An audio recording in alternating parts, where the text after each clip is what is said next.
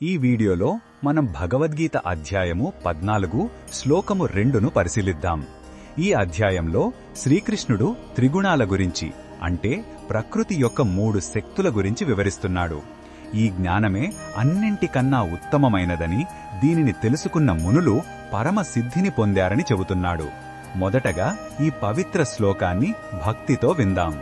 ఇదం జ్ఞానముపాశ్రిత్య మమ సాధర్మ్యమాగతాః సర్గేపి నోపజాయంతే ప్రళయేన వ్యథంతి చ.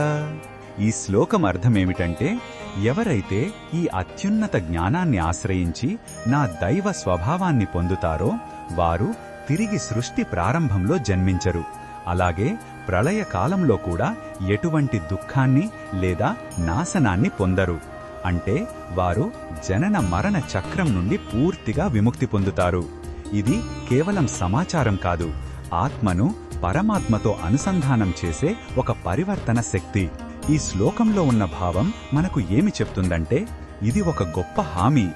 భగవంతుడు మనకు అంతిమ భద్రతను వాగ్దానం చేస్తున్నాడు. భౌతిక ప్రపంచం సృష్టించబడినా నాశనమైన ఈ జ్ఞానాన్ని పొందిన వ్యక్తి శాశ్వతమైన శాంతిలో ఉంటాడు. మన నిజ స్వరూపం ఈ శరీరం కాదని, మనం ఆత్మలమని గ్రహించినప్పుడు ప్రపంచంలోని మార్పులు మనలను ప్రభావితం చెయ్యలేవు అనే ధైర్యం కలుగుతుంది.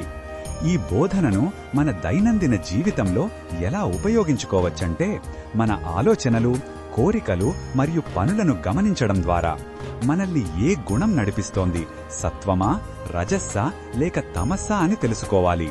శాంతంగా, స్పష్టంగా ఉన్నప్పుడు సత్వగుణం, ఆందోళనగా, ఆతృతగా ఉన్నప్పుడు రజోగుణం, బద్ధకంగా, నిరాశగా ఉన్నప్పుడు తమోగుణం పనిచేస్తాయి.